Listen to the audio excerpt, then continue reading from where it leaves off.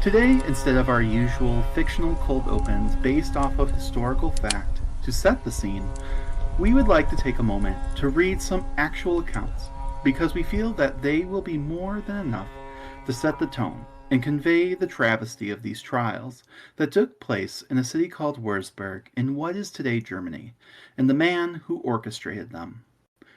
The following letter was written by the Chancellor of the Prince Bishop of Würzburg, wrote to a friend on August of 1629 about the witch persecutions in Würzburg, Germany.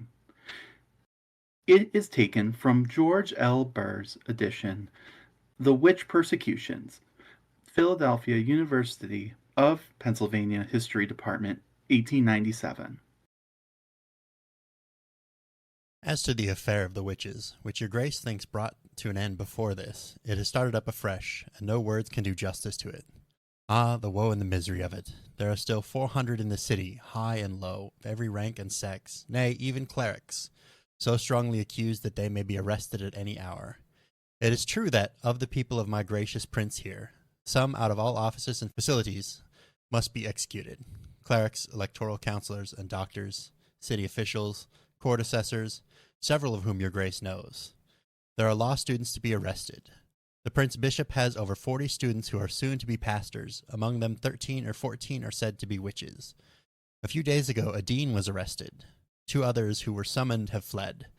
The notary of our church consistory, a very learned man, was yesterday arrested and put to the torture. In a word, a third part of the city is surely involved. The richest, most attractive, most prominent of the clergy are already executed. A week ago a maiden of 19 was executed, of whom it is everywhere said that she was the fairest in the whole city, and was held by everybody a girl of singular modesty and purity. She will be followed by 7 or 8 others of the best and most attractive persons. And thus many are put to death for renouncing God and being put at the witch dances, against whom nobody has ever else spoken a word. To conclude this wretched matter, there are children of 3 and 4 years, to the number of 300, who are said to have had intercourse with the devil. I have seen put to death children of 7, promising students of 10, 12, 14, and 15. Of the nobles, but I cannot and must not write more of this misery, there are persons of yet higher rank whom you know and would marvel to hear of, nay, would scarcely believe it, let justice be done. Though there are many wonderful and terrible things happening, it is beyond doubt that in a place called Fra Regensburg, the devil in person, with 8,000 of his followers, held an assembly and celebrated mass before them all, administering to his audience, that is, the witches, turnip rinds and parings in place of the Holy Eucharist. There took place not only foul but most horrible and hideous blasphemies, whereof I shudder to write. It is also true that they have all vowed not to be enthralled in the book of life, but all agreed to be inscribed by a notary who is well known to me and my colleagues. We hope, too, that the book in which they are enrolled will yet be found, and there is no little search being made for it. There's also a famous historical recording detailing the execution during the Würzburg witch trials, was published in 1745 within Eberhard's multi-volume work on magic and devil's influence. However, this widely cited list is in fact incomplete. It is based on a primary document that explicitly notes it only includes a section of the total executions, leaving out numerous other burnings that took place. And I'd also like to make a note of any execution outside of burning, because that's not always what happened. Additionally, the record only accounts for executions carried out prior to February 16th of 1629, even though the horrific trials continued on more than 2 additional years, even further by some accounts. Most of the victims on the list remained unnamed, identified instead by poignant or tragic descriptions such as 19-year-old child, the prettiest girl in town, a 12-year-old wandering boy, or a group of 4 strangers found sleeping in a marketplace. In this context, the designation of, quote, strange often simply indicated that the individuals were non-residents of Würzburg or were suspected of being Protestants. The provided records detail 29 separate execution events driven entirely by the actions of the Prince Bishop. Within this specific time frame, From the broader Wurzburg witch trials, a devastating total of 29 recorded burnings took place, claiming the lives of individuals from all walks of life, including clergy, children, and prominent citizens. Here are just 10 of such victims. Of the 155 recorded on the list, this list, which was generated much later admittedly, did not include all of the burnings or even all of the victims during this time, let alone the trials and executions that were carried out afterward for several years before reaching an official conclusion. Here are some of the people as followed. Lawrence Stuber Batts and Lawrence Roth, 3 vicars in New Minster, executed together during the 24th burning.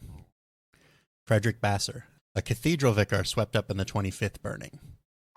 Lambrecht, a canon in New Minster, also executed in the 25th burning. Wadenbush, a senator who fell victim during the 26th burning. Herr Wagner, a cathedral vicar who suffered the agonizing fate of being burned alive in the 26th burning. Michael Wagner, Knorr, and the minstrel's son, 3 vicars at Hoch executed concurrently in the 27th burning. Bernhard Mark, a cathedral vicar who was likewise burned alive during the 28th burning after Candlemas in 1629.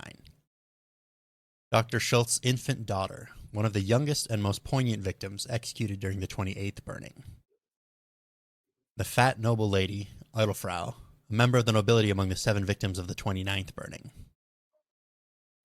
Junker Fleischbaum, a gentleman of the nobility, Edel, recorded alongside the final group. Tragic. I mean, you're even getting infants in this at this point. All of these people, of course, were innocent of the crimes they were accused of. And today we will be talking about the man who signed each and every single one of their death warrants personally. I'm Brandon, and today I will be joined by friend of the podcast and past co-host, Zai. We would like to welcome you to the Time Travelers Club. Today, as you can see, we will be discussing some rather upsetting information. But we believe that it is important that these stories are told, and we examine the man who allowed and intentionally initiated this persecution. How does such a thing come to pass? And how does such a monster come to be? Today, we will be examining intimately the life of this individual and see what we can glean from it. Before he was a persecutor of the highest order, before he was even especially devout, Philip Adolf von Ehrenberg was a child raised inside a contradiction he didn't choose. He was born on September 23rd of 1583 at Burg Ehrenberg, historic 13th century castle complex near the modern-day Reuth in Austria that once served as a strategic defensive bastion and customs point between north and south. This was the ancestral seat of a minor noble house near Heinsheim on Neckar, located in the modern state of Baden-Württemberg, Germany. It is a district of the spa town Bad Rapnau. This family, the Herren von Ehrenberg, whose line would die out entirely within a generation of his own death in 1647.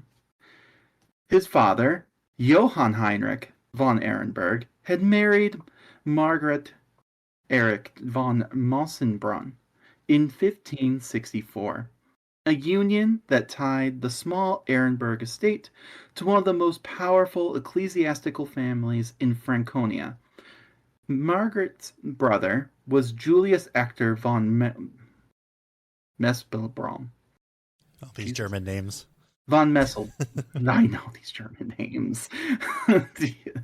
Who had already been ruling Würzburg as, which I keep saying Würzburg, technically it's Würzburg, but I'm not German, okay? We're going to Americanize a lot of these languages. Yeah. We're doing our best.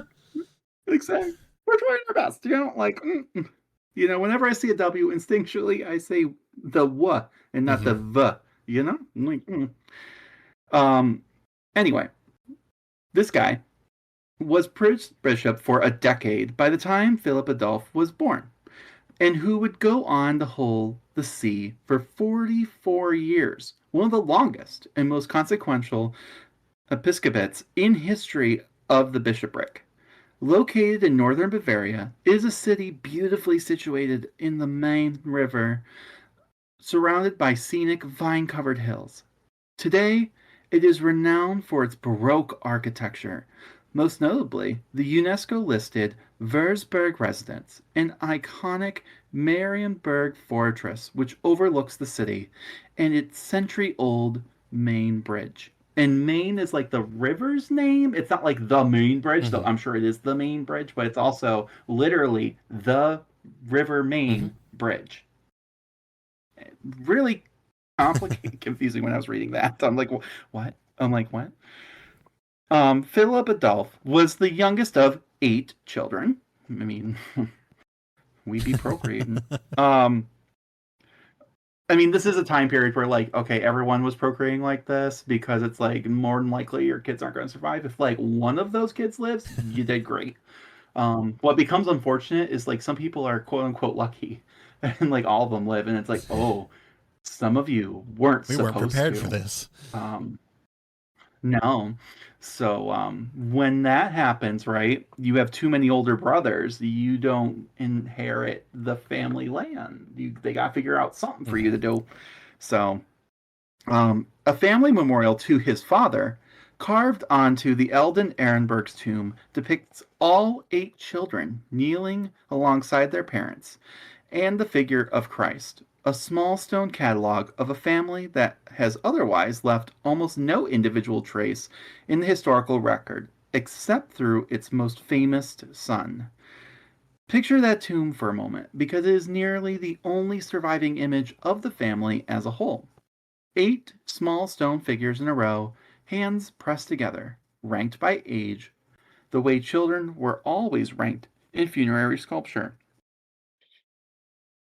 Heads bowed towards a Christ who presides over a household the sculptor never could have guessed would be remembered chiefly for the second youngest son's later deeds. Berg Ehrenberg itself was no great seat of power. A modestly fortified house on a stretch of the Neckar Valley, the kind of minor noble property that dotted the empire by thousands, distinguished from its neighbors only by the accident of a marriage alliance. And when I think of Neckar, Mm-hmm. like Neckar, it's like Neckar, I think of very important person from the French Mm-hmm. Revolution, who he like is in charge of like the finances, and he kind of fucks it up even more. Like, and then like the people don't remember that, so they're like, oh my god, like you kicked out this Jacques Necker guy, and like you, and like I have no idea if it's like connected, but like because I'm pretty sure he's I have Swiss, no idea. but That's interesting. I don't know, but it's like a very interesting Mm-hmm. name choice, and like these nobles, it's always like from where their Mm-hmm. family's from. So I wonder if like this guy goes on, from this family or something, or new. I don't know. Anyway, it was that marriage, not the family's own standing, that would determine everything about the boy born there in 1583. Here's the detail that tends to surprise people who assume Philip Adolphe was bred from the cradle into fanatical Catholicism. His father was influenced by Lutheranism, and the household Philip Adolphe was born into was by confession closer to the Reformed faith than to Rome. For the first year of his life, and by extension, for however long his father's influence would have shaped the family's religious character, young Philip Adolphe was being raised functionally in the new faith, the term contemporaries used for Protestantism. Johann Heinrich von Ehrenberg died in 1584 when his son was not yet 1 year old, and with his death, the household's confessional drift towards Lutheranism died with him. What happened next is the hinge on which Philip Adolphe's entire life turned. His uncle, Julius Hector, Prince Bishop of Würzburg, the single most powerful Catholic reformer in Franconia, a man who had already spent a decade rebuilding the diocese, Catholic institutions, and driving Protestants out of his territory by force of law and force of will, took over the boy's guardian and the architect of his upbringing. Around 1590, when Philip Adolphe was roughly 7, he was moved from his family's estate to the episcopal court in Würzburg itself, and it was there, under his uncle's direct supervision, that what German biographical sources describe simply as his, quote, Catholic formation began. 3 years later, in 1593, the then 10-year-old Philip Adolphe was enrolled in the Jesuit college in Würzburg, one of Julius Ector's signature institutional projects, founded explicitly as an engine of Counter-Reformation education, designed to produce exactly the kind of committed, theologically literate Catholic administrator that Philip Adolphe would become. Try to imagine the texture of those years at the Episcopal Court, because the surviving record gives us the bare facts of enrollment dates without the daily grain of the boy's experience. A 7-year-old removed from the modest domesticity of a country manor and set down inside the machinery of one of the empire's great ecclesiastical households. The Latin drilled into him each morning, the liturgical calendar structuring every week, the constant unspoken lesson that his uncle's authority over the diocese and his uncle's authority over him were, in some sense, the same kind of authority, exercised by the same hand. The Jesuit curriculum at Würzburg in the 1590s was built around rhetoric, disputation, and a relentless moral seriousness. Boys were trained not merely to believe correctly, but to argue correctly, to detect heresy in a sentence the way a trained ear detects the wrong note. Philip Adolphe absorbed that training at the exact age when a child's sense of the world's basic categories, safe and dangerous, orthodox and damned, family and enemy, is still being laid down. He would carry the imprint of that education for the rest of his life. It's worth sitting with the shape of that childhood for a moment, because it explains something the raw facts of the witch trials cannot. The specific, personal intensity of Philip Adolphe's later counter-Reformation zeal. He was not a man who inherited an uncomplicated Catholic identity and simply administered it. He was a man whose father had drifted toward the faith Rome considered heresy, who lost that father in infancy, and who was then remade, deliberately, systematically, starting at age 7, into the ideological instrument of the uncle who had, in effect, rescued him from his own family's confessional trajectory. Julius Ector didn't just raise a nephew. He built a successor, and he built him in direct opposition to the boy's own paternal inheritance. Whatever else can be said about Philip Adolphe's later conduct as a bishop, it did not emerge from nowhere. It emerged from a childhood in which the stakes of Catholic orthodoxy versus Protestant heresy had been made as intimate as it was possible for those stakes to be. Inscribed not onto an abstract territory, but onto the story of his own dead father and the uncle who overwrote that inheritance. There is a kind of person, recognizable across every century, who converts an inherited wound into a mission, takes the accident of their own biography and turns it into the proof of a larger cosmic order. Philip Adolphe seems to have been exactly that kind of person. The Lutheran drift of his father's house was not, so far as the record shows, ever discussed openly at the Episcopal Court. It was simply corrected, silently and completely, the way an error in a manuscript is corrected by the next copyist. But a child does not need to be told the story of his own redirection to feel its shape. He grows up sensing that something was wrong about where he started and that the adults around him worked hard to fix it. For Philip Adolphe, that sensation would calcify over 3.5 decades into a bishop's iron certainty that error, confessional, moral, demonic, was a contagion to be excised at the root, whatever the root turned out to be. Philip Adolphe's path into the clergy wasn't a foregone conclusion. Even after his Jesuit education, German biographical sources are specific on this point. He was initially not intended for religious estate at all. As a younger son in a noble family, his prospects would ordinarily have been run toward a secular career, land management, or minor court service, the usual channels for a nobleman's son who wasn't going to inherit the family seat. What redirected him towards the church was his older brother Peter's decision to resign his ecclesiastical benefice, the church's office, and their attached incomes that a noble family typically secured for its sons through influence and patronage. When Peter stepped back, Philip Adolphe stepped into those vacated positions instead, entering the clerical track less by original vocation than the family reshuffling. And there's not really a record of why Peter chose to do this. Just Throwing that out there because that's kind of wild, right? I mean, historically speaking, whenever an oldest son just decides, I don't want to do it, it's Yeah, pretty for sure. wild, you know? I mean, even like, I mean, of course, the higher up the tone pole, the Hmm. worse it is, but like, I mean, like when you have what's his face from England or whatever, and it's why we have the current royal Hmm. lineage, right? Because he decided he wanted to get married to a twice divorced American divorcee or whatever, right? And that was no bueno. So he's like, all right, I'll give it up. And then his brother Hmm. stepped into that role, and he wasn't really meant to, right? And throughout history, you see this where it's like you were not raised for that, and they tend to have Yeah, just a problems. little bit. They tend to have issues.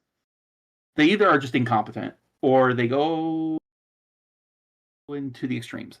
It seems not I always, feel like you they know. almost have to overcompensate a little bit for their lack of competence. Yeah, like I mean, so for example, like in that scenario I gave, and God, I can never keep up with all their damn names, but the Me either. George, was he George? I don't know. Anyway, whoever Elizabeth's dad was, off the top of my head, there's too many of the same name. Hmm. Like he was known for a stutter. He was known for being quiet and not Hmm. great with people. And then of course his homeboy was just like bye, and like so he had to step into this role that he was never meant to be in Hmm. at all, and he didn't really have the personality for it. And yet he stepped up to the plate and then led that entire country through World War II. You know, Hmm. and people love him, and you know. Uh, but like he was such a nervous wreck, it ended up causing him to have like ulcers and crap. So, you know, he wasn't really Hmm. built for that. Um, Meanwhile, his older brother had all the personality and charisma and everything like that, but chose to just do his own thing to his own detriment. You Hmm. know, so um, but with that being said, this is like kind of we don't know why Peter stepped aside. We don't know if it was just because of like was it health? Was it because he just chose to not Hmm. do it? Because he wanted to get married? Because of scandal? We don't know. The point is, Philip Adolphe steps into this position instead because otherwise his family will literally lose everything. It's kind of weird because normally, like, it's kind of the other way around in these situations where it's like the oldest son has to be in charge of like the money making stuff, right? Like, so Hmm. they don't join the church, and then it's like younger sons, especially in like medieval times, like do join the church because it's like okay, well, like we can make them like a bishop or something, you know, Exactly. We and can then give they'll them be some sort of power. yeah, it'll be politically advantageous, and like also we don't have to pay for their shit. And it's kind of like a weird loophole, right, Hmm. for them to like get land and crap. I mean, they can't have sex in theory, but they do, you know. But whatever. They just can't get caught. It's um, until Lutheranism. But um, that being said, you know, um, it's kind of like maybe the opposite here because he's going to be a prince bishop, and I don't know. It doesn't. I don't think they're allowed to have families like that. You know. So Hmm. I mean, I could be wrong, I'm not but sure. It's not my but area of expertise. I don't believe they are allowed to. If like we're saying Catholic, you're not supposed bishops, cardinals. None of them are supposed to have legitimate families, right? I mean, Hmm. unless it was from before their time, right? Before because you know Before some they people join stepped the into church. that role. Yeah, some people join the church later or whatever. And it's a choice of their own. But typically, a lot of these people are in it from birth, right? Uh huh. So while he, you know, Philip would have had the education, he would have actually probably had to have the freedom to go have a family and stuff because he wasn't like officially like a church like you know leader. But Hmm. the moment Peter stepped back, Philip would have also had to abide by this, which I mean, maybe that's what he wanted because it sounds like it was a pretty hardcore childhood. So, some For sure. internalized trauma going on. I So, can relate. yeah, some shame. And then we got to turn that shame onto other people. How dare you be happy? Exactly. Anyway, there is something almost comic, in a grim way, about how contingent the whole machinery of the Wurzburg trials turned out to have been at its origin. A brother's change of heart, a vacancy that needed filling, a family's instinct to keep its offices and incomes within the bloodline rather than let them pass to strangers. These are the mundane administrative gears that put Philip Adolphe on the road to the episcopal throne, decades before anyone could have imagined what he would have do once he arrived there. History rarely announces its catastrophes in advance. It moves them into a position through paperwork. In 1600, at 17, he became a domiciler, a junior non-voting member of the cathedral chapter, simultaneously in both Würzburg and Bamberg, a dual appointment that reflected his family's connections in both Franconian sees. What followed was not a young man locked away in a provincial seminary hall, but something closer to an aristocratic grand tour with a theological spine. Between 1602 and 1606, Philip Adolphe traveled and studied across some of the most important centers of Counter Reformation Catholic culture in Europe. Rome in 1602 and 1603, at the literal seat of the papacy during the Counter Reformation's institutional peak, then Salamanca and oh god damn it, these Spanish names. Valladolid. I know, I went from like German to Romance. I'm like, damn it, I get them, not prepared.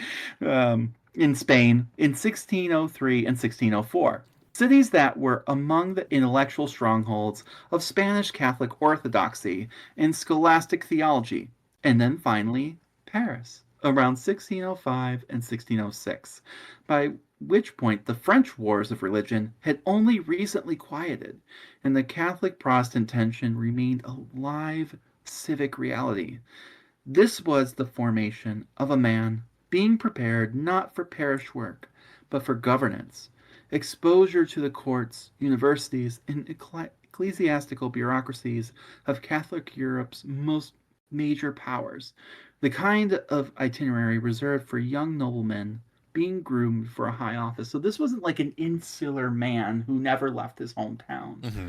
Like he went to like the big places, the big places. So I mean, I think that's something we like to do. It's like, oh, like well, these country bumpkins, like these backwoods cities I've never heard of, which Würzburg was very much a center of culture at that point. Mm-hmm. And I mean, even if you don't want to admit that, then I mean, you went to Rome, Paris, parts of Spain. I mean, like, come on, Definitely like, well traveled.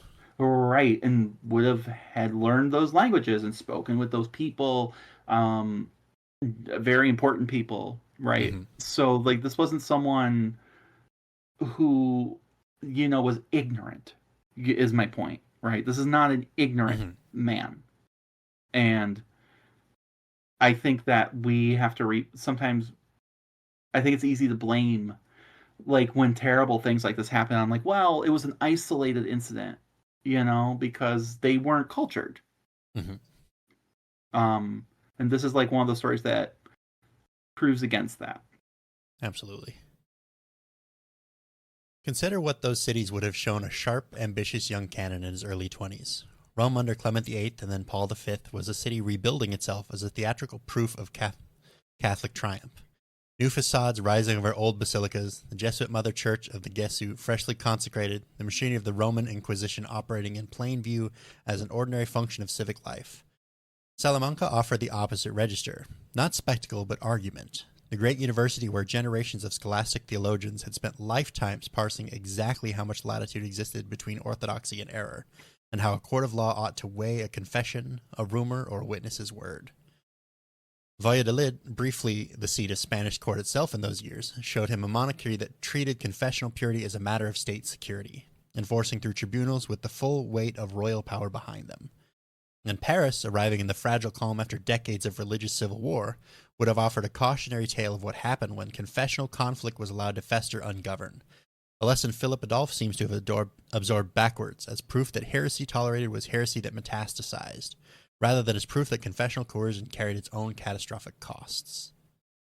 He returned to Würzburg and began climbing the cathedral chapter's internal hierarchy with the steady, unhurried pace of a man whose eventual destination was never seriously in doubt.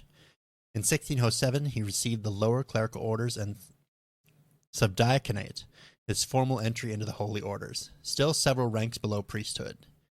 In 1609, he became a full dome capitular, a voting canon of the cathedral chapter, one of the small body of men who would eventually vote on who ruled Wurzburg. And in 1619, 4 years before his own election, he was made Domdecan, cathedral dean, the chapter's presiding officer, and effectively the second most important ecclesiastical figure in the bishopric after the prince bishop himself. By the time the chapter convened to elect a new prince bishop on February 6, 1623, Philip Adolph von Ehrenberg wasn't an outsider being elevated to power. He was the dean of the very body doing the electing, a man who had spent 23 years, his entire adult life, inside the institutional machinery of the Wurzburg Church, moving through every rank that machinery had to offer before finally arriving at the top of it. Pope Urban VIII confirmed the election on March 19, 1624, and Philip Adolph inherited not a stable, thriving territory, but a bishopric already staggering under the early financial weight of the 30 Years' War, which had begun 5 years earlier in 1618. The diocese was heavily indebted. The cost of maintaining its own troops, payments owed to the Catholic League, and the repeated, ruinously expensive quartering of both League and Imperial soldiers passing through the Franconian territory had drained the treasury. Julius Ector had spent decades building. One of Philip Adolph's first acts as bishop was, in fact, an assertion of independence from his immediate predecessor's policy rather than his uncle's. Johann Gottfried von Auschhausen, who had ruled Wurzburg between Julius Ector's death and Philip Adolph's own election, had joined the sees of Wurzburg and Bamberg under a single bishop. Philip Adolph dissolved that union almost immediately upon taking office, against the express wishes of both the Emperor and Bavaria, the two most powerful Catholic patrons in the region. It was an early sign of a trait that would define his entire reign, a willingness to act with total conviction in matters of religious and institutional principle, regardless of the political cost, and regardless of who he had to defy to do it. It is a telling first move for a new prince-bishop to make, not a gesture towards mercy or fiscal caution or consolidation with allies, but an act of unilateral institutional separation made against the wishes of the two most powerful Catholic patrons he had. Even before the trials began, Philip Adolph had announced, in effect, the operating principle of his entire episcopate, that he answered to no one's political calculation but his own reading of what Wurzburg's integrity required. That same operating principle turned toward the question of witchcraft rather than diocesan administration, would prove catastrophic within 2 years. To understand what happened next, we have to understand what a prince bishop actually was. Because as we've already kind of covered, that's we know about princes, we know about bishops, but prince bishop is in the English speaking world, not super common. Honestly, in most part, you don't see it much in French history. You don't see it much. I mean, there might be a prince, someone who could have been a prince but then became a bishop, right? You see, like the brother of the king, which would normally be a prince, is a bishop, right? But they're not usually both. Like it's like, you can't be a prince because you're a bishop, right? And you can't be a bishop if you're a prince. So, but here we are seeing those two words like just slammed together. So in most of Europe, the men who ran the church and the men who ran the state were, at least in theory, different people answering to completely different authorities, right? Mm-hmm. In the ecclesiastical territories of the Holy Roman Empire, that separation exists because if you want to go listen to our Holy Roman Empire episode, it's a mess. It's like everything you think you know, wrong. And if you think you got it, you don't. Just kidding. There's just too much going on. Too many rules, sub-rules, rules that are outside those rules, rules that contradict those rules, except when they don't. So, a prince bishop held both offices at the same time. He said mass, ordained priests, guarded the sacraments, and he also raised taxes, not tithes, not like that. That's a different thing. It's pretty much a tax, but this is actual taxes, right? Mm-hmm. Commanded soldiers, which, to be fair, in the past, 500 years before this, bishops did actually raise armies and crap, holy. It's where we get the Knights Templar and stuff, but absolutely. that really hadn't been a thing for a hot minute. And so he's appointing judges, which This is all secular stuff by that point, and Uh, decided who lived and who died in his borders. Um, so that's cool. um, and there's no crown or anything to check him. No parliament, nothing. No check on that power.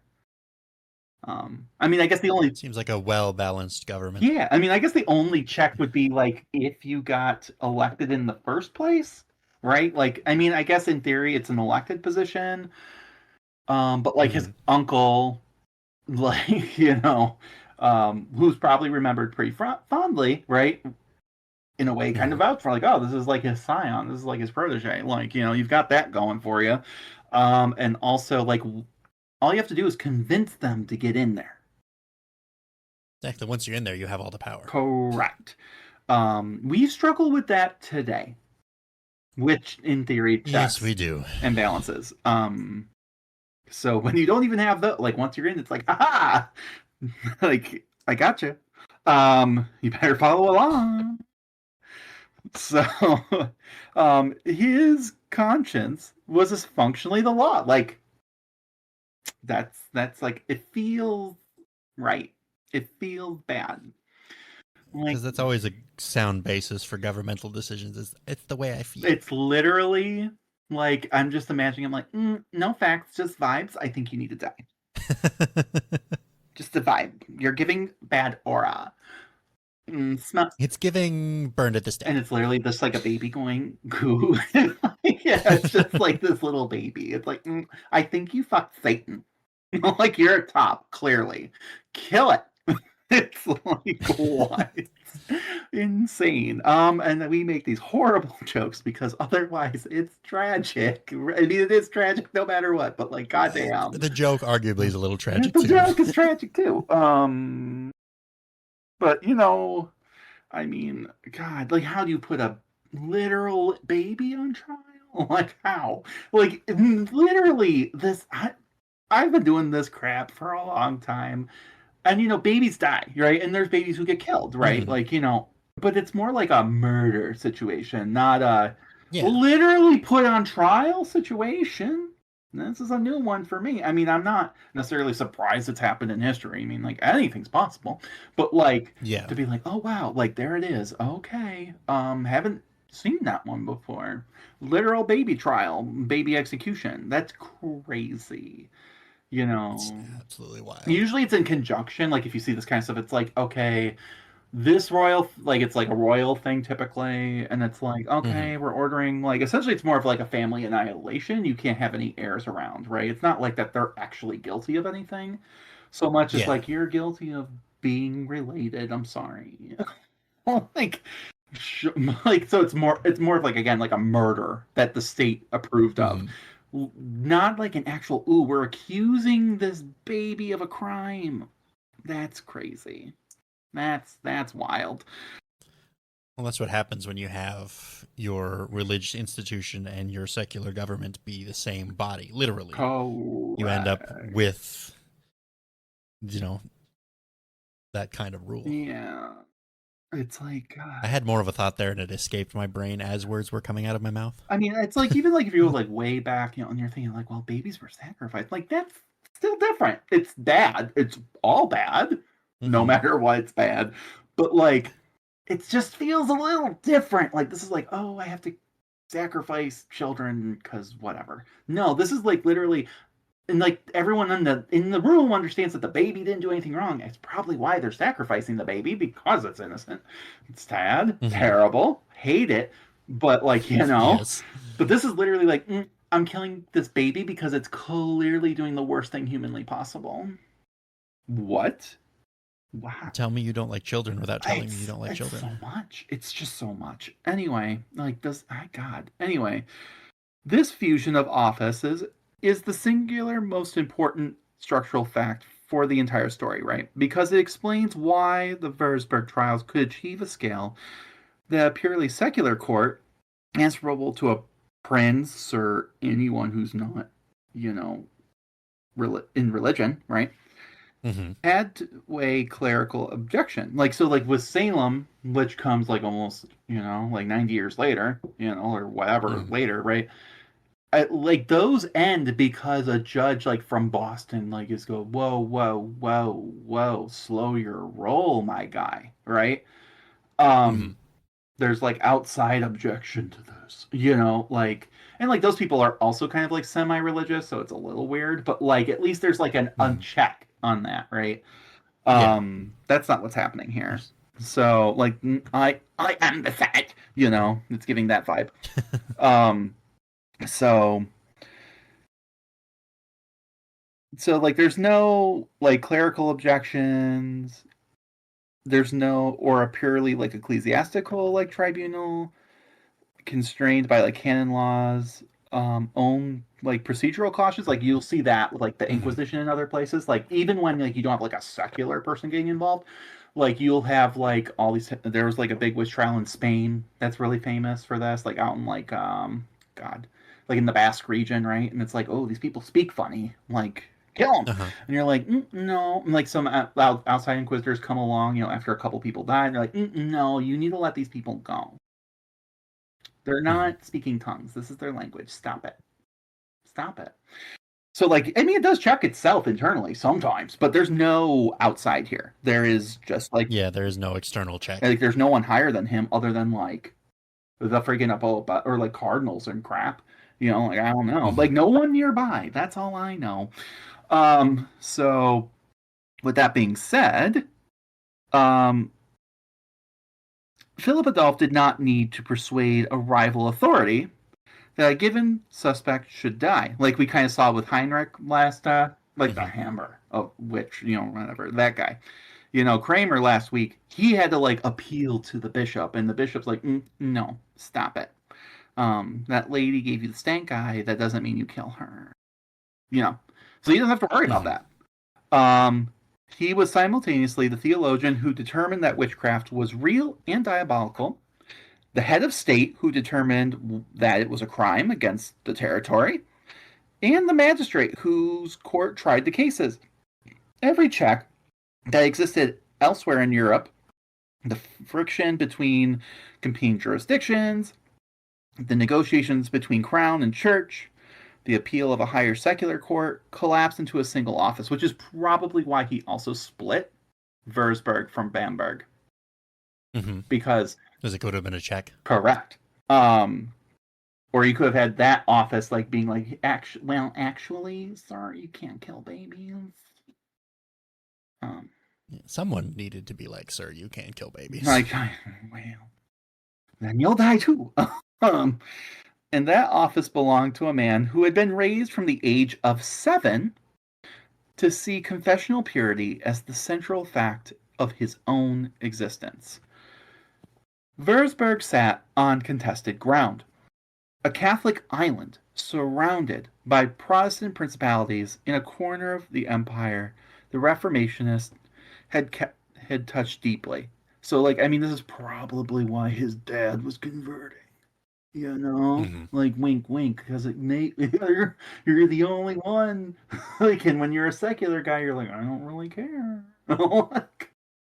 Which probably pissed off Uncle. I know my little headcanon's like, that's probably why he's dead. No facts, just vibes, but just the what this entire podcast sponsor is, like, No just facts, just vibes. vibes. So I feel like you want some facts in a history podcast. I know. I feel like you need some facts We along with the are. I vibes. just, like, and, like, there is no proof of that. I mean, like, also this is a time where literally, like, plague, right? Like, Mm-hmm. you go outside and you're like, oh no, I cut myself, and then you die because, no antibiotics, no cleaning wounds, nothing. Mm-hmm. So, I mean, it could have been so many things, but, like, I won't lie, it was really beneficial for that uncle. Just saying. When Mm-hmm. that dastardly, brother in law, just happened to die, and he had this, like, sweet baby, just laying around. So, yeah.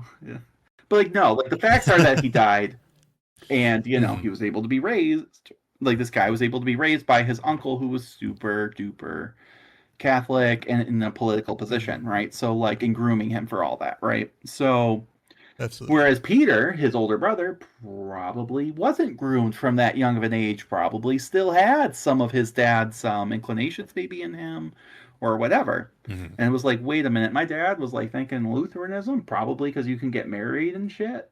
And like, if I do this, like, I can't even have a family and crap. This blows, you know? Like, it does Hmm. all, like, it's conjecture, right? But it's like based off of like some common sense stuff. I mean, unfortunately, we'll never know, Hmm. but you know, it's still for this area doesn't look good, right? And it also is going to create this environment, right, where he Hmm. now has the ability to say, "Look, we're the last bastion of Catholicism, right? We're surrounded by enemies, right? And when you have Hmm. that, you can get away with a lot because people are Yeah, we're afraid, seeing that today. right? Especially when you've been your area's been ravaged by war, on and off, things like that, right? Hmm. So I mean, it's not a huge surprise. Um, so, No, it's the same historical playbook we've seen again and again. You mhm. create an other, and then you ostracize Or you say, we and are the other. They're, hmm. you know, like we are, but we're the right. We're right. You know, they're all Hmm. wrong. We're right, and it's up to us to, you know, defeat it. Right, the big Hmm. evil, the big bad. Um, it's not to say that the Protestants didn't, because we've seen that too with Luther and them. Like they do some bad stuff too. They're all doing bad stuff. And it's not necessarily unfounded that they're doing bad stuff, but the answer is not to do more bad stuff like killing babies. Exactly. You know. But anyway, Julius Hector had spent his reign trying to scrub Protestantism out of Franconia, like his brother-in-law, rebuilding churches, founding a university, and enforcing conformity. And Philip, I mean, to be fair, if this was like a historical fiction, that's exactly how I'd be writing it. His daddy got Hmm. killed. I mean, by this Yep, man. Like, it just writes itself. Anyway, it really does. and Philip Adolphe, formed in that same project since childhood, saw himself as the man who would finish it. He was, by every surviving account, sincere in his piety and genuinely alarmed by what he understood to be a demonic conspiracy embedded in his own diocese. I mean, so it's not that like, and that's the other thing. Like a lot of the times, like these kinds of people they don't, they're not smoking their own source. You know, they're Hmm. not, and they don't actually believe it. Or if they do, it's like behind closed doors. They're like, yeah, I only believe part of it. Like most of it, it's just for these guys. You know, like Uh-huh. there's always that like little bit, but like he's genuine. I'll give him that. He's He is genuinely sincere in his he belief. is sincerely believes that that little baby fornicated with the devil. I don't know the logistics, but I don't want to think about the no, I don't logistics. know either. But like, That's not something I want to think I about. don't either. But like, it's just like he believed it. He like sincerely believed it. Um, Hmm. which is also wild to me. I That's honestly harder for me to wrap my head around, like versus it being like political. And that sincerity is worth sitting with, right? Because it's tempting to imagine the man behind one of history's worst atrocities as a cynic. Philip Adolphe didn't fit that shape, though. He seems to have believed with total conviction that Württemberg was infested with witches, that the devil had recruited agents across every rank of society, and that rooting them out was not persecution, but salvation. The same conviction in a hierarchy that had been built into him at the Jesuit college at the age of 10. It is worth pausing on what that conviction would have felt like from the inside, because the moral horror at Philip Adolphe's actions can obscure the coherence of his own interior logic. He governed a small Catholic territory ringed by Lutheran and Calvinist neighbors in the middle of a continent spanning war, whose stated, whose stated cause was confessional survival. At a moment when Catholic pamphleteer, I mean, like, we have to think of it this way, okay? Hmm. They genuinely believe all this crap. right, like is real. Okay, they genuinely, with all their heart, like hell, real, devil, real, tangible thing, Mm-hmm. man, all of it real, real, real, real, real. Okay, so if you think that way, right, you genuinely believe, tragically believe, that like you are in fact saving people's immortal souls and lives by doing this. Mm-hmm. That like if you allow this to continue, that all these innocent people will entire eternity will suffer if you don't do anything. Mm-hmm. It only works if you believe it, right? It only works if you believe it. Otherwise it would just be political people. Like you see that with like the the French wars, right? Like the like people up top don't like, I mean, they don't like the Protestants, right? There is like a theological reasoning behind it, but also they don't like the political power they're getting, right? Mm-hmm. That's like, oh, they're taking our lands away. We don't like that. So like it's a lot more cutthroat, and they're also more willing to make alliances and marriages and things like that. Like we're like, well, if you convert back, we'll be fine, right? Wink, wink, Mm-hmm. nod, nod. I'm like, whereas if you truly believe it, then these people can't be saved. Like they've already Absolutely. done sold their soul. So like, so yeah, he's not about that. Um, and like you've got all these like pamphlets being spread across the empire, and they were describing the devil's activity in the world in the literal like operational terms, not a metaphor, but as an active military campaign against the church, complete with recruiting agents, secret meetings, and written context. It's very QAnon. It's very Mm-hmm. QAnon, right? Like it's real, but it's not. Um, so if you accepted that framework as plainly as Philip Adolph did, then a demonic conspiracy operating inside your own walls was not a paranoid fantasy, but the single most urgent security threat a Catholic prince could face. More urgent, in its way, than the Swedish army eventually massing on the horizon, because this enemy could not be seen, wore the faces of neighbors and colleagues, and by definition had already infiltrated institutions meant to stop it.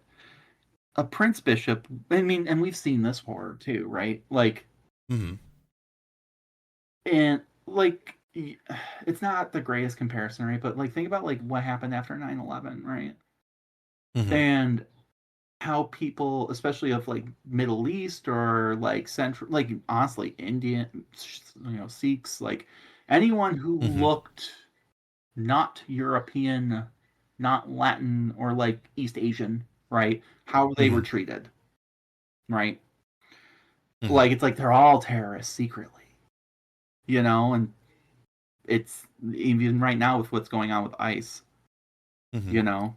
Well, when you live with that kind of religious paranoia, the only way to deal with it is to paint with a broad brush. You can't see Mm-hmm. context. You can't see the different individual differences at that point. Because the second you start seeing those individual differences, it challenges your whole worldview. Correct, I and know that from personal experience. and that can't, like, I mean, when you're raised like this, that's never an Mm-hmm. option. Like there's no way I'm wrong. There's no way that my worldview that I was raised to believe is ever going to be wrong.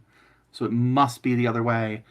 And anyone who challenges my notions of what a good person is, who I know, anything like that, is immediately under suspicion. Mm-hmm. But then also eventually the paranoia goes to also the people I do know and trust, because maybe I trust them too much and maybe that's their plan. It's not good. Well, that's the whole, to not to call Catholicism a cult, but that is the whole framework of a cult mentality. That is, Well, anything that challenges the beliefs of the cult is something trying to undermine it and to be feared and to be distrusted. I mean, And the thing is, we saw that with Lutheranism, right? Like we saw that with Luther. We mm-hmm. saw it with like we've seen it with other religions and stuff. We saw it with the Roman religion. We've seen it. Mm-hmm. So like, I don't necessarily believe that just by itself Christianity itself, oh, like they're calling they're bad people. Not necessarily, but anyone can take something and like, especially over generations, like they've been doing, Mm-hmm. reinterpret it into something wackadoodle, right? I mean, it's Mm-hmm. like, and unfortunately, sometimes those people, because they're so their convictions are so strong, they're willing to take it to the highest places. It fuels their Mm-hmm. ambition, right? They're never going to be content just stewing with this at home, right? Not when they believe people's souls are actually in danger, right? So it's not, Absolutely. and that's why we're seeing some of that today, like with religious extremists coming into political power, right? Because that Mm-hmm. is the goal for them. It doesn't mean that every person who's religious thinks that way. Not at all. No, not in the Not slightest. even. Like it's such a small fraction, but yet it doesn't matter because the rest of the majority aren't the ones passing the laws. They're not the ones Mm-hmm. who have their at their fingertips like bodies that they can use to enact their beliefs and enforce their convictions, right? Like Mm-hmm.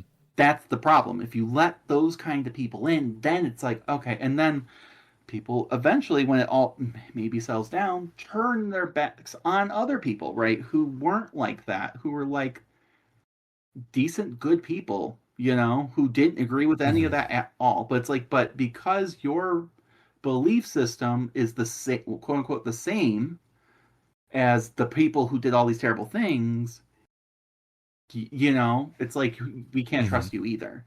So I don't want to necessarily lump every Christian, every Catholic, or No, anything like absolutely not. that because but like, and it can happen in any religion. You have extremist Buddhists, in like Japan and Mm-hmm. stuff like that, who went to war with like Nobunaga. They were not chill Mm-hmm. people, who had political power and could enforce their beliefs on people. And then a lot of things that Japan had done during World War II were under this idea of like that their emperor was the descendant of the goddess Amaterasu, and was Mm-hmm. actually divine. Therefore, they were divine. It was their divine right to conquer and do whatever they wanted, right? And that's Mm-hmm. modern history. That's Yeah, that's less not. than 100 years ago. So like, it's just and like Mm-hmm. it's no one's going back and like all Shinto people are bad, but in Korea, there's a lot of bad feelings about it because a lot of Mm-hmm. atrocities were done in the name of that. Absolutely. So it's extremism in any case, right? Gotta be careful. But that's what we're Mm-hmm. dealing with here. So keeping all that back, in the back of our minds, right?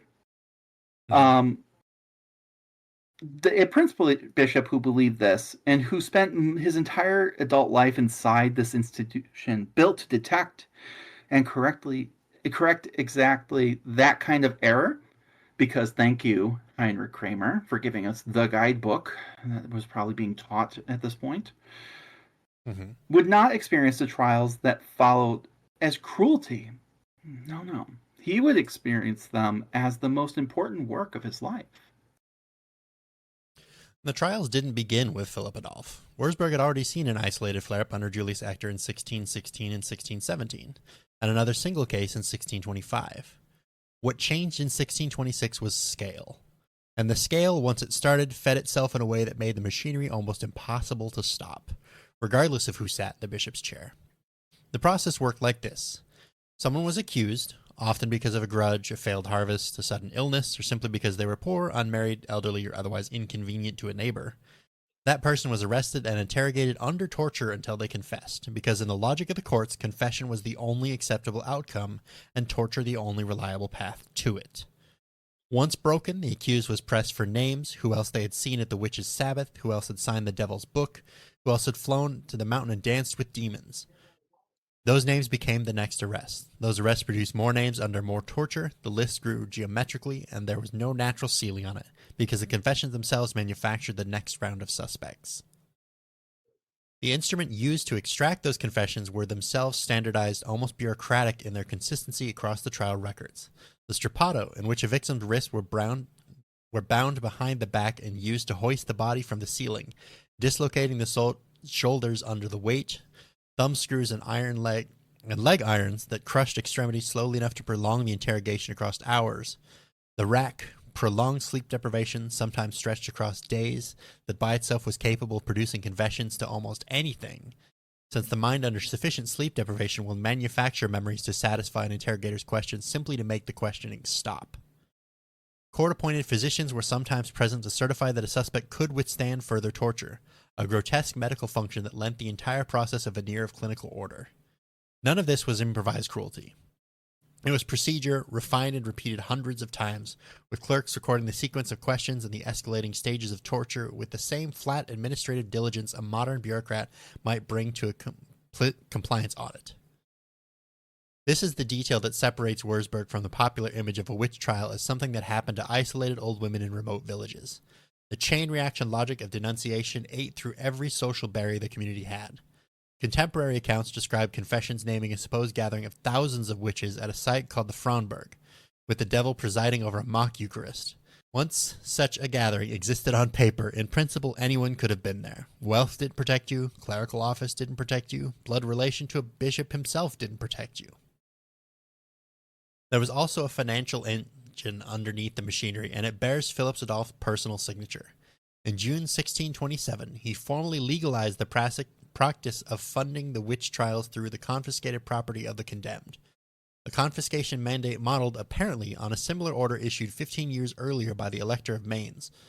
Under this system, the courts prosecuting a person for witchcraft could seize a portion of that person's estate if they had surviving children, or the entirety of it if they died without heirs, and use the proceeds to cover the cost of the trial itself, the interrogators, the torturers, the guards, the wood for the fire. It was, in effect, a self-funding persecution machine. Every prosecution paid for the next one. The mandate was also a direct violation of imperial law, which required the state itself to bear the cost of criminal prosecutions, and it violated canon law as well, in the specific procedures governing how clergy accused of crimes were meant to be handled before being handed to secular courts. Philip Adolph broke both codes of the law he'd sworn to uphold, the empires and the churches, in order to keep the trials financially self-sustaining. This is not a peripheral administrative detail. It is one of the clearest pieces of evidence that the scale of the Wurzburg persecution was not simply an accident of religious hysteria that got away from its authorities, but a system a specific, literate, legally educated prince had deliberately engineered to run indefinitely. Think through the incentive structure this created at every level of the machinery, because it explains the trial's otherwise bewildering durability. A commissioner assigned to investigate witchcraft accusations in a given parish was not merely pursuing an abstract duty. His own office, and the offices of the torturers, scribes, and guards beneath him, were funded directly by the property of the people he condemned. A wealthy defendant was, in the coldest possible sense, worth more dead than a poor one, which is precisely why the pattern of accusation crept so quickly out of the ranks of the poor and marginal, where European witch panics traditionally concentrated, and into the ranks of the propertied. A councilman, a doctor, a canon of the cathedral, these were the people whose confiscated estates could fund months of continued persecution. The machine did not merely tolerate the expansion of its own targets, it required that expansion to keep running.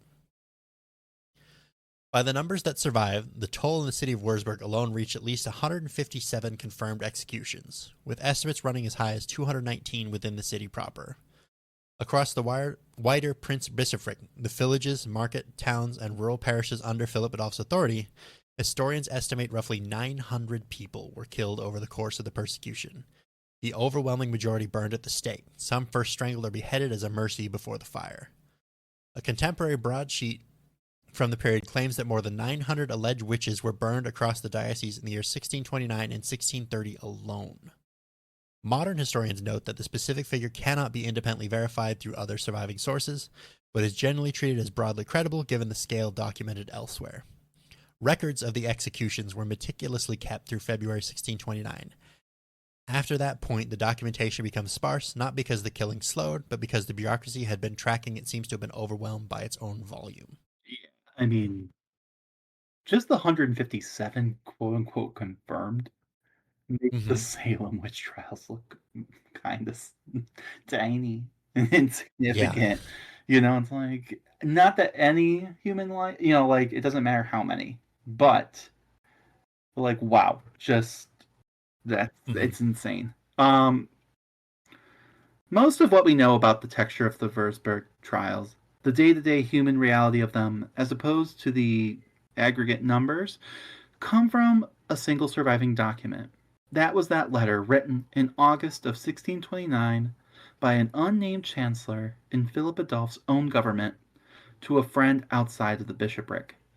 It has become, in the historiography of European witch craze, the counterpart to the more famous letter written by Johannes Junius from his cell in Bamberg to his daughter, which we will get to at some point. But Hmm. where Junius's letter is intimate, a father's last words smuggled out with a bribed guard. The Würzburg chancellor's letter is bureaucratic, almost clinical, which somehow makes it more disturbing. This was a man inside the system, describing its operation to a colleague the way you might describe a difficult harvest or a slow year for trade. He wrote that the affair his friend believed had ended had in fact resumed, and that no words could capture the scale of the misery. 400 people in that city alone stood so heavily accused, he had said, that they could be arrested any hour. Clergy, counselors, doctors, officials, and we had said, several of whom your grace knows. He described more than 40 theology students, boys destined for priesthood, of whom a dozen or more had been named as witches. A dean had already been taken. These are all people that you would assume are protected Hmm. because they're in the association doing the things, but like, no, no, no. You gotta check your own home first, apparently. Hmm. Two others summoned for questioning had fled the city rather than wait to be named, so therefore they're guilty. you know, Yep. guilty. Otherwise, why would they run? Why would they run? Right? Like, just be tortured. If if you're tortured, you'll die as a martyr, or you did it. It's that simple, right? So he estimated that a third of the entire city stood suspected of having attended the Sabbath and having her name entered into what the courts called Satan's Black Book. So when we say her, we mean, like, of course, the city. But I want to we're Hmm. going to do the math here really quick because I didn't do it before recording this episode. Um, I'm just going to try and see if I can find, like, the population at that time, right? Um, Hmm. because this is, like, again, this is like a credible source firsthand, right? Like, even if he's just like estimating, right? A third. Hmm. Um, all right, so there's not like an official census, right? But like Hmm. we're gonna say roughly 15,000 to 20,000 citizens, right? Hmm. Of just the city proper, right? So we'll do the low number. That's 5,000 people they're documenting and following. Yeah. Five It's not a small machine. No, a third period, but that's like, not great. But like, god damn, like 5,000 people, right? Um,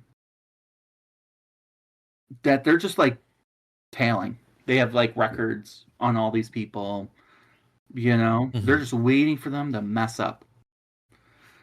Like there's a point where it's no longer just ladies and, like old like ladies and stuff. Like, like Hmm. the, and I mean, those were the first probably people who were accused, but then, like, of course, you start running out of those. So, and if like you really believe this is still going on, it's like, well, clearly, like they can't just be going through all these like poor people. There's got to be some rich people who are involved, some men, So, Well, and you have to think about how many people were actually believing this mm-hmm, versus how many saw it as a means of gaining property. Because, like we said, the system fed on itself. It paid literally to target the wealthy and the upper crust of society at this point because of those laws that he put in place that were direct violations of the law. mm-hmm.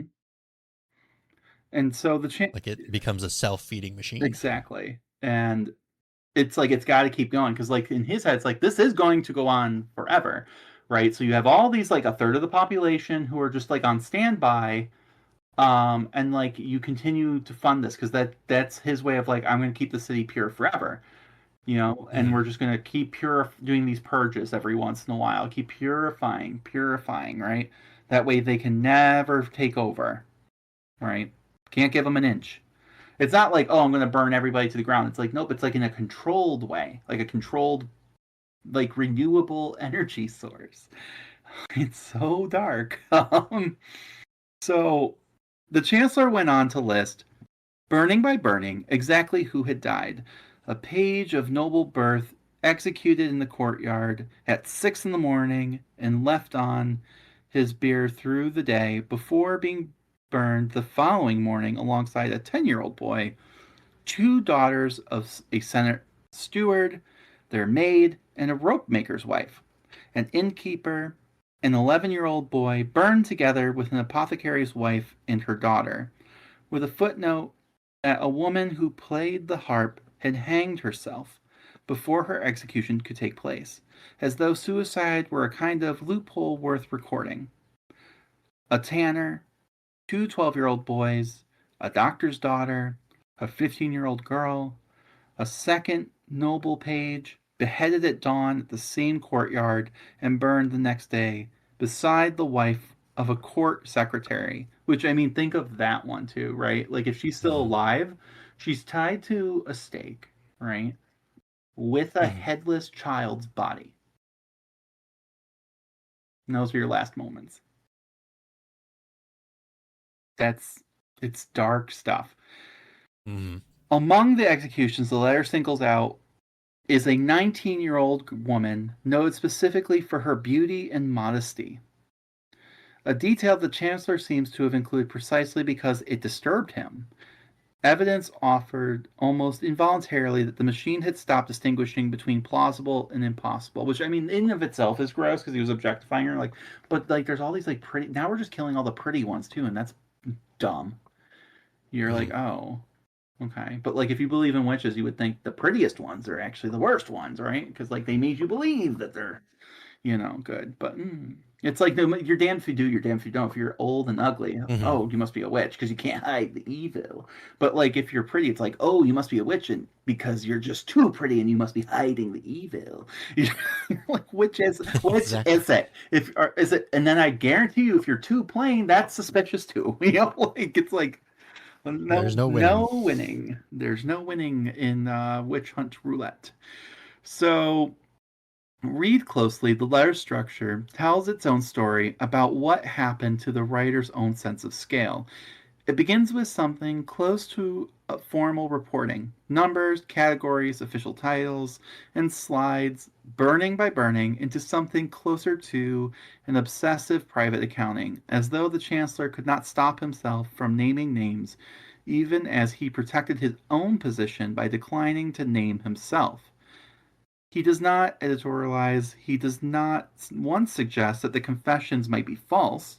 I mean, probably because if it gets intercepted. Hmm. Um, or the process corrupt, or that the Prince Bishop might be mistaken. And yet, the sheer act of compiling the list, the tanner, the boys, the doctor's daughter, the beautiful and modest 19-year-old girl, reads as a kind of confession of its own. A man working through paper what he could not permit himself to say aloud inside the bishopric's own walls.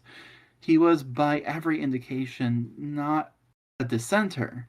He continued to serve, of course, and still something in him needed a friend outside the territory to know exactly what the numbers actually contained, stripped of abstraction, that made 400 accusations easier to carry than 400 names. The letter reads like a ledger because essentially that's what it was, an internal account written by a man who was not a dissenter, who was not trying to expose or stop what he described, who nonetheless could not fully suppress his own horror at what the numbers had become. And this is where it gets interesting too, right? Because you could read the letter almost two different ways, right? On the one Hmm. hand, you could read it as him kind of like dissenting, right? It's like, oh, hey, yeah, it's been pretty crazy here. We've got a lot Hmm. of witches in here, like people I would never have guessed. You probably think is weird too. Here's some people, maybe send help. you know, or it could be that read the other way, like, oh my God, look at this. Like, I would never have guessed. Good, thank God we're getting rid of them. Hmm. It's hard to Right. gauge the context of the letter. Right. And well, and that's on purpose, right? Because if it gets intercepted, if that was the case, right? Like where we're assuming that that's the case, he's trying to get outside, maybe people to come from the outside and come take a look at this, right? You don't want, and if it gets intercepted, you don't want people to think you're a witch and you're dead too, right? But you know, on the other hand, it could literally just be like, look at all the great work we're doing here, you know? And it's really hard to tell. And I think that's what's the scariest part of all. Absolutely. And the demographic sweep of the Wurzburg trials is one of the things that makes them historically significant beyond their raw death toll. Early modern witch panics, while they stayed small, tended to follow a predictable pattern. Poor, unmarried, or widowed women, usually older, usually already on the margins of their communities. Wurzburg began that way, but as the denunciations compounded, the pattern collapsed entirely. Men came to make up the majority of the executed in the later years of the persecution. Between 19 and by some counts over 40 Catholic priests were burned, a staggering fact on its own since it meant the church was consuming its own clergy in the name of defending the faith. Canon law technically required that clergy accused of serious crimes be handed over to secular authority through a specific procedure before facing execution. Philip Adolph's administration, in its haste, did not consistently observe even this formality. City councilmen, court assessors, doctors, and university-trained officials went to the stake beside servants and laborers. Members of the university itself, masters, students, men who existed at the very institution Philip Adolph nominally governed, were denounced as hexer, sorcerers, and consumed by the same process. And children died. At least 49 children under the age of 12 are confirmed among the executed, many of them wards of the Julius Spital, the orphanage and school Philip Adolph's own great-uncle had founded as an active Catholic charity a generation earlier. That's messed up. That's so fucked up. Oh my God. Yeah. Like his uncle created the, like, it's like the slaughterhouse for these kids. It's like, oh, we can observe them. And then if we don't like what we see, we can kill them. Like, that's so dark. That's so dark. Oh my God. I mean, it gets worse. Oh, of course. Confessions extracted from these children described intercourse with demons, testimony that could only have existed because interrogators asked leading questions of terrified children until the children supplied the answers those questions demanded, then recorded the answers as spontaneous confession. Some victims were reported to be as young as 3 years old. Caught up not because any coherent theory of witchcraft could accommodate a toddler as a conspirator, but because the logic of denunciation, once a parent or sibling had been named, swept up an entire household almost automatically. A family accused was, in the eyes of the court, a family suspect down to its infants. What made the Julius Spittle connection especially bitter for anyone tracing the through line of this story is that the orphanage existed as a monument to exactly the kind of institutional Catholic charity Julius Ector had spent his episcopate building. Hospitals, schools, a university, an entire apparatus meant to demonstrate that counter-Reformation Catholicism could outperform Protestantism not only in doctrine but in mercy. 3 decades later, the children raised inside the same charitable institution under the nephew Julius Ector had personally trained to carry that mission forward were being marched from its dormitories to a court that tortured them into describing demonic intercourse and then to a stake. The machine did not spare the very population its founding purpose had been to protect. It consumed them with the same procedural indifference it applied to everyone else. And, you know, like these kids were tortured, right? And I am concerned that because there is a guideline on how you are supposed to torture witches, right? That they wouldn't, you know, like I feel like kids break under like the smallest amount of stress. They would have just ignored that. They've been like, "Oh, you're already crying. No, no, honey, we still have to stab your legs like 6 times." You know, like I thank you for admitting it, but we still have to do it. You're like, it's like I'm terrified to think of like what I mean. Like it's already bad. It's already bad news bears, all of it. But like, my God, you know what these kids had to have gone through in their last moments, right? And not understand. Like as an adult, like at least like we understand, right? Like we understand sex, we understand intercourse, we understand, you know, all that. But like I'm sure there was sexual abuse involved by that point too. You know, it's just horrifying to think what was going on. Just, you know, and like that's why it's important to really understand like the scale of this kind of stuff. Like we need to talk about this kind of stuff because this wasn't the Hmm. first or last time this would happen in history, of course. We could make comparisons, and especially with this like orphanage and stuff, like there's comparisons that could be made in the like far greater, more industrialized setting of like the Holocaust, right? Hmm. Where kids were also being experimented on, tortured, and things like that, and forced to confess to things, right? Hmm. You saw it. It's tragic. Um, Absolutely. and yet, if we don't talk about it because it's too horrifying to think about, and we go like, well, we would never do that, you're missing the point. Hmm. No one thought that his own uncle probably never thought this would happen either. I can't imagine you would. I mean, he was a bad dude too, from what it sounds like. Well, maybe a little more politically savvy, but like he was definitely like, I'm going to change it from within. We're going to educate. We're going to, and there were some people who were Hmm. executed, right? But it's like, I'm going to do all this other stuff to make the other guy look bad. And Hmm. I'm sure he would have been horrified, but like, or maybe not.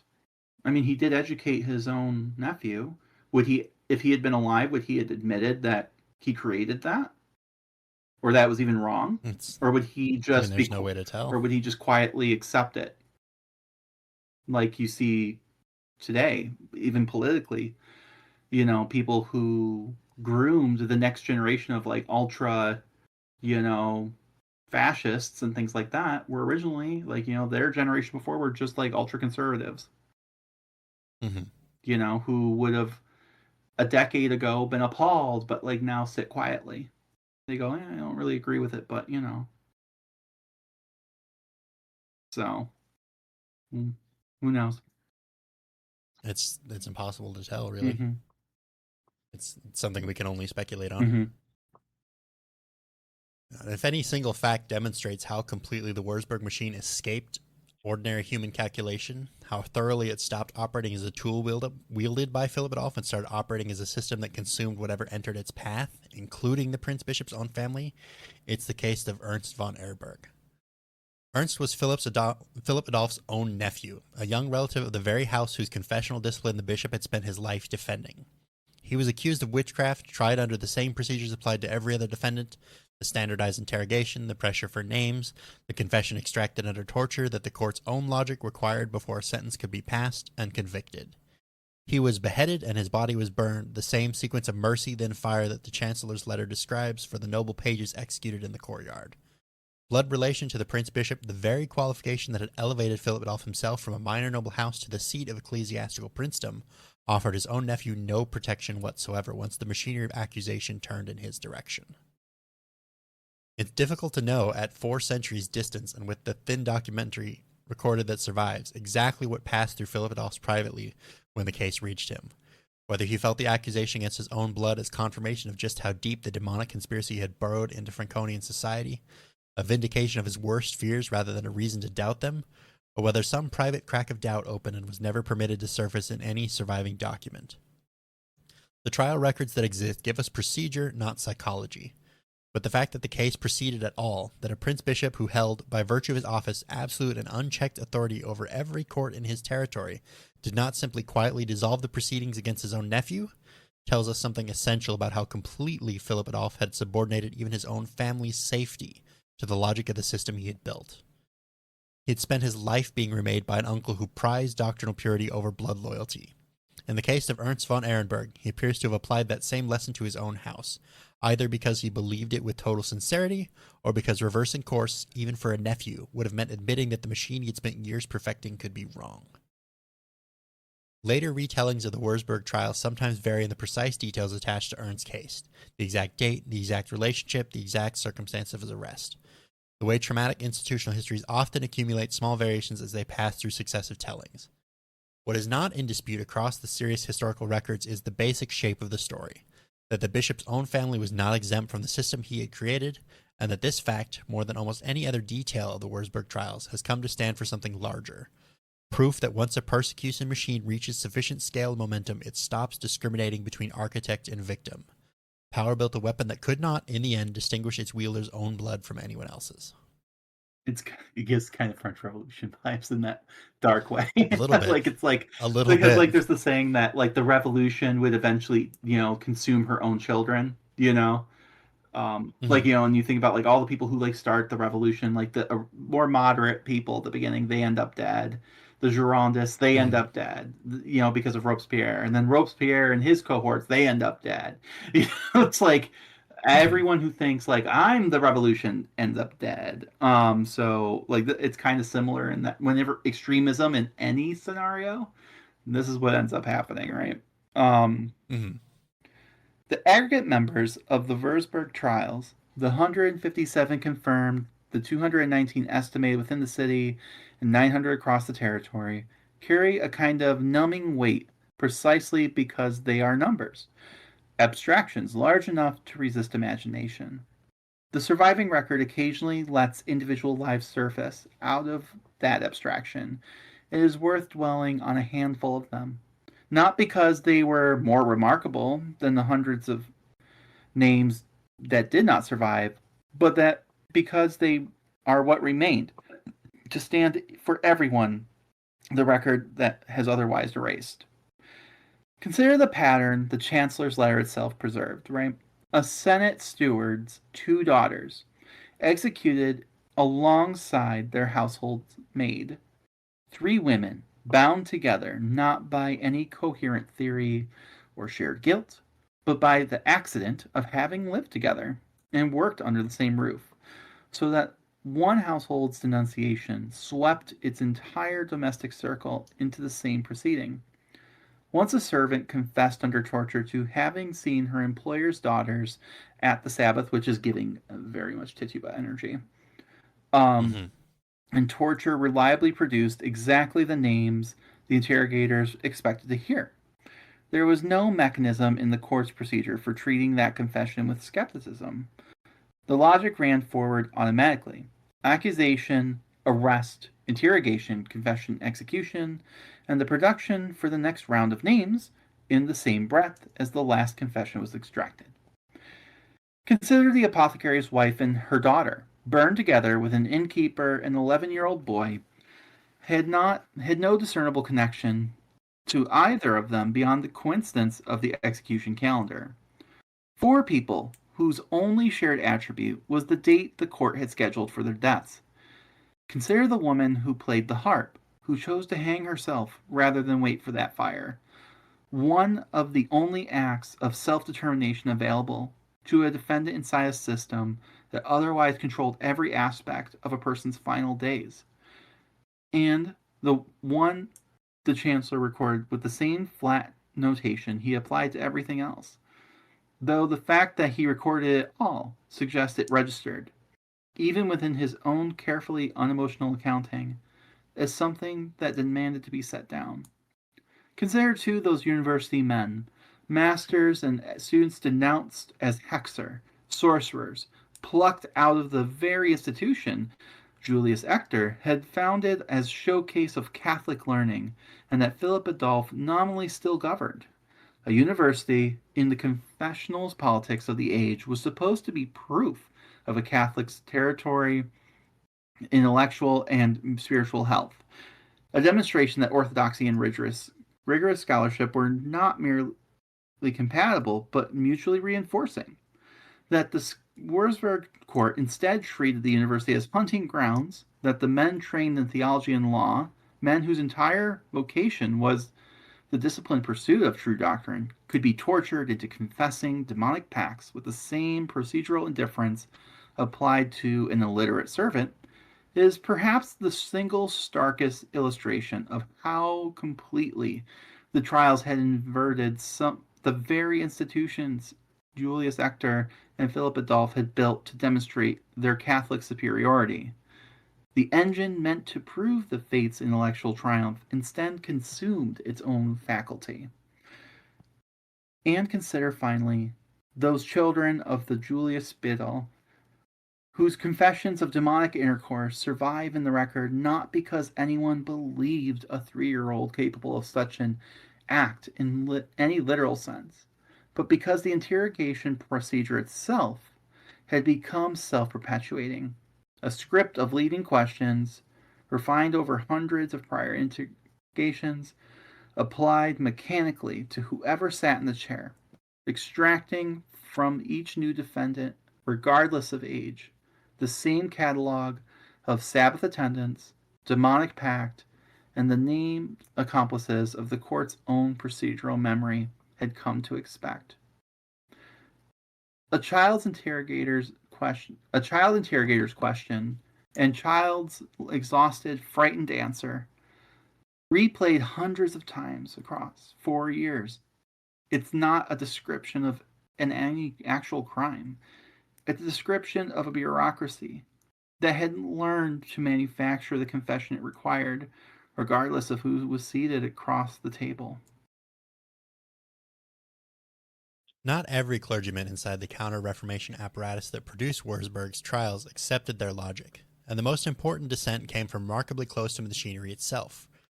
Frederick Spee von Langenfeld, a Jesuit priest, served in the years of the German witch trials as a confessor to the condemned, men whose duty it was to sit with the accused in the hours before execution, to hear their final confessions, and to prepare them, in the theology of the age, for death.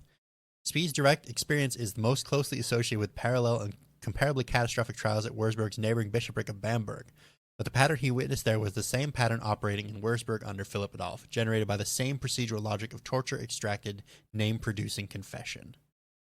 What Spee saw, sitting with the condemned in their final hours, broke something in his understanding of the entire system, and in 1631, the same year Philip Adolf died, he published anonymously and at considerable personal risk a work titled Cautio Criminalis, a systematic legal and theological argument against the use of torture in witchcraft prosecutions. His central claim was devastatingly simple and, within the logic of the courts he had watched operate, essentially unanswerable. The torture did not reveal truth, it manufactured whatever confession the interrogator required, and that a system built to extract confession under torture and then extract further names from that confession would, by the pure mechanics of its own procedure, eventually accuse anyone at all. He had watched it happen. He reportedly said to those who asked him how his hair turned white so young that it was the effect of accompanying condemned witches to the stake. Women he had come to believe, through nothing more than sitting beside them and listening, were innocent of the crimes their confessions described. Spee's book did not stop the Wurzburg trials. It was published the same year Philip Adolf died, arriving too late to alter his own conduct.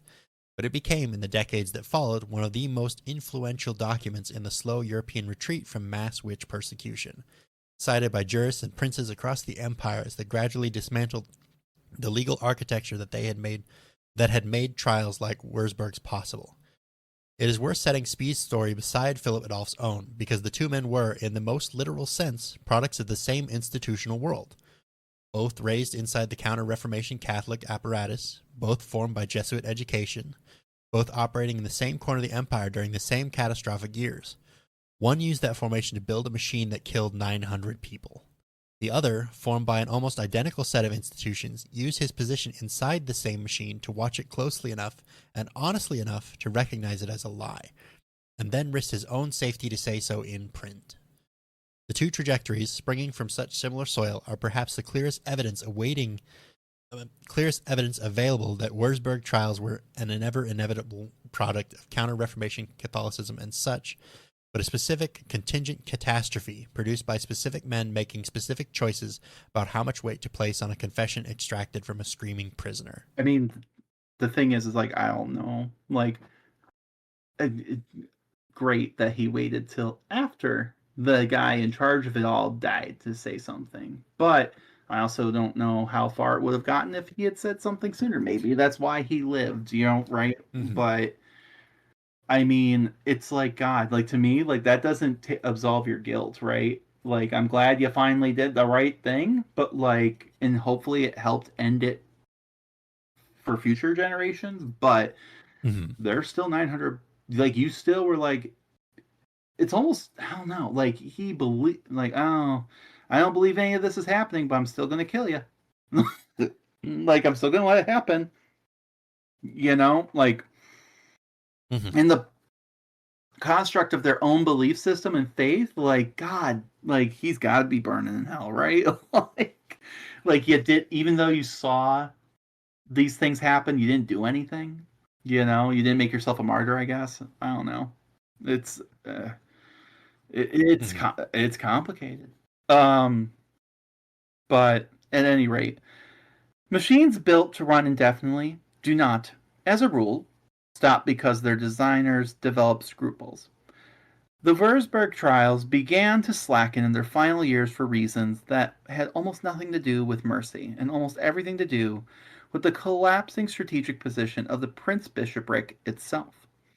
By 1629, the detailed execution records that had been kept with such bureaucratic precision through the trial's peak years begin to thin out.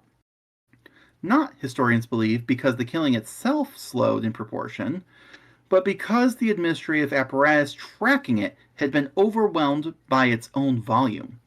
The clerks and record keepers unable to maintain the same meticulous documentations against an ever accelerating caseload. I mean, and they're also killing their own clerks and stuff, so, like you're running out of people to write it down.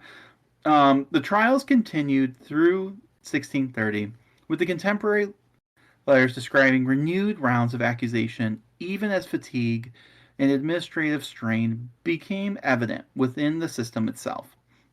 But the larger currents of the 30 Years' War were shifting the ground beneath Philip Adolph's feet in a way no amount of confiscated property could have offset. The war, which had been the distant, draining financial burden Philip Adolph inherited at his election in 1623 and 1624, was by 1630 becoming an immediate military threat to Franconia itself. Protestant Sweden, under King Gustavus Adolphus, who, story for another day, fascinating guy. He had, short version, ends up dead. His crazy wife keeps his body in her room for like a year, and she snuggles with it. And his daughter ends up being Christina of Sweden, who is pretty intense. She likes to dress like a dude. Has female lovers. Becomes a Catholic. It's a lot. She also doesn't like women, which is weird. Season in and of itself. Yeah, she's intense. But it's like, wow, like just weird the cameos going on here. And this guy entered the war directly that year and he was also known for being kind of a badass at war. Entered the war directly that year and began a series of stunning, rapid military victories across northern and central Germany. The Swedish victory at Breitenfeld in September of 1631 shattered the Catholic League's field army and opened the road south into exactly the Franconian territory Philip Adolph had ruled. What had been, for the Prince Bishop, primarily a theological and jurisdictional emergency, a diocese infested with demonic conspiracy, was rapidly becoming, for the prince, a conventional military emergency of the urgent kind. An advanced Protestant army with no reason to show mercy to the bishopric that had spent the previous decade burning suspected witches by the hundreds, many of them, by the court's own logic, guilty of consorting with exactly the kind of northern Protestant power now bearing down on Würzburg's walls. And I'm just going to say it, these trials probably didn't help him prepare for this. Probably not. Probably not. The administrative machinery that had sustained the trials, courts, torturers, scribes, guards, the entire self-funding apparatus that Philip Adolph had legalized in 1627, began to be redirected by necessity towards fortification and military preparation instead. The bishopric had spent years marshaling its resources against an invisible enemy inside its own walls, now had to marshal those same resources against a visible one advancing from the north. And I mean, to be fair, this one, I actually would be like, this one's a real one, guys. Like, for real this time. Like, he gonna kill you. The persecutions did not end, though, because Philip Adolph renounced them. No. They ended because the war he had spent his entire episcopate financing through confiscated witch estates finally arrived.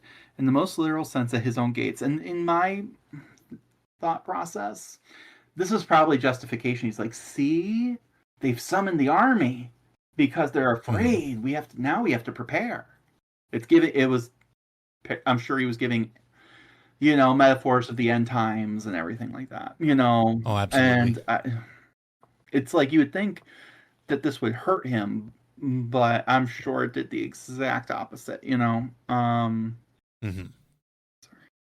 Anyway, um, yeah, but yeah, um, so he's got that going on. You've got Big Daddy Gustav, and he's big mad, barreling down at you.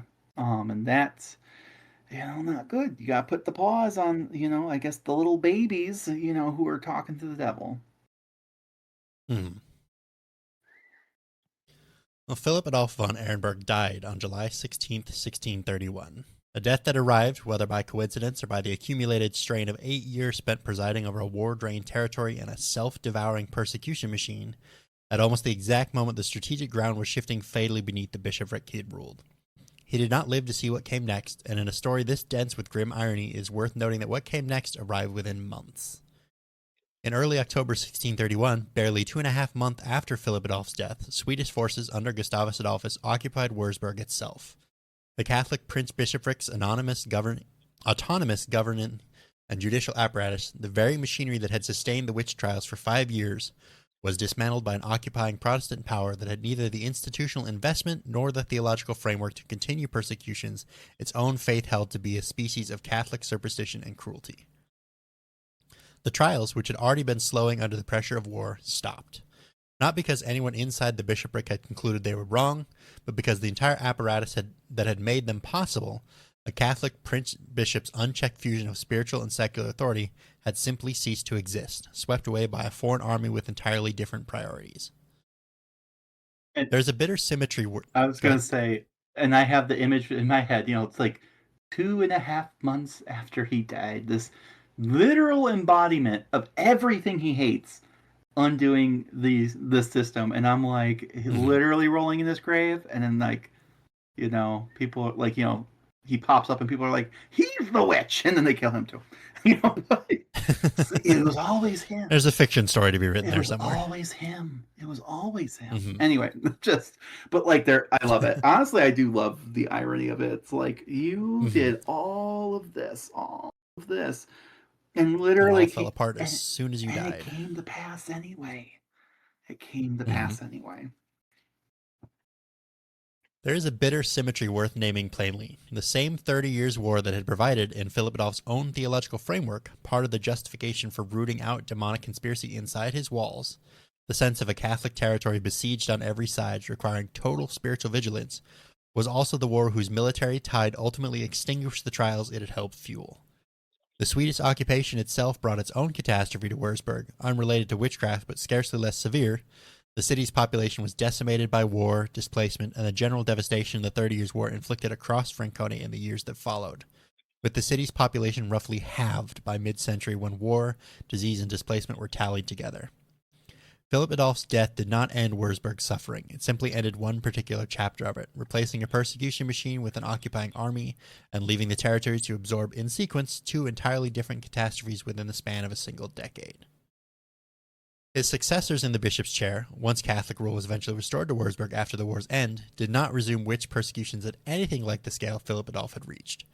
Historians attribute this less to any dramatic change of theological heart within the diocese than to the accumulated exhaustion of the war years, the gradual spread of skepticism about torture-extracted confession that Frederick Spee and others like him had begun to articulate in print, and the practical reality that a territory devastated by 2 decades of war simply no longer possessed the administrative and financial capacity to sustain a machine like the one Philip Adolph had built. The witch hunts in the regions wound down gradually across the following decades rather than ending in any single decisive reversal. Less a reputation than a slow running out of fuel, financial and ideological both, that had to keep the fire burning. How could the historical record weigh a man like Philip Adolph von Ehrenberg? The question resists easy resolution precisely because he does not fit the comfortable shape we tend to want for history's worst actors: the cynical opportunist, the sadist, the man who knew better and acted anyway. Every strand of the surviving evidence points towards a figure of total, uncomplicated sincerity. A boy remade at the age of 7 into the instrument of counter Reformation orthodoxy, who grew up into a prince bishop genuinely convinced that his diocese faced literal, organized, demonic conspiracy, and who deliberately, methodically, and with the same administrative competence he brought to dissolving the Wurzburg-Bamberg Union in his first year of office, a legal and financial system engineered to root that conspiracy out of whatever scale it required. He was not a man who lost control of a system engineered to root that conspiracy at whatever scale it required. He was not a man who had lost control. Oh, I read that wrong. I'm just going to start from that. Deliberately, methodically, and with the same administrative competence he brought to dissolving the Wurzburg-Bamberg Union in his first year of office, a legal financial system engineered to root that conspiracy out of whatever scale it required. He was not a man who lost control of a persecution. He was a man who designed one, funded it through a mechanism he personally legalized in violation of both imperial and canon law, and sustained it for the better part of 5 years, even as it consumed his own family, his own university, and a significant fraction of his own clergy. That sincerity is, in the end, the most disturbing feature of his legacy, rather than the most exculpatory one. It would be more comfortable, in some sense, to file Philip Adolphe away as an oh my god, I can't talk all of a sudden. To file Philip Adolphe away as an aberrant sadist, a monster whose cruelty was personal and idiosyncratic, and therefore safely quarantined from the ordinary operation of institutions and belief. The record does not support that reading, though. It shows instead a highly educated, deeply pious, institutionally accomplished administrator.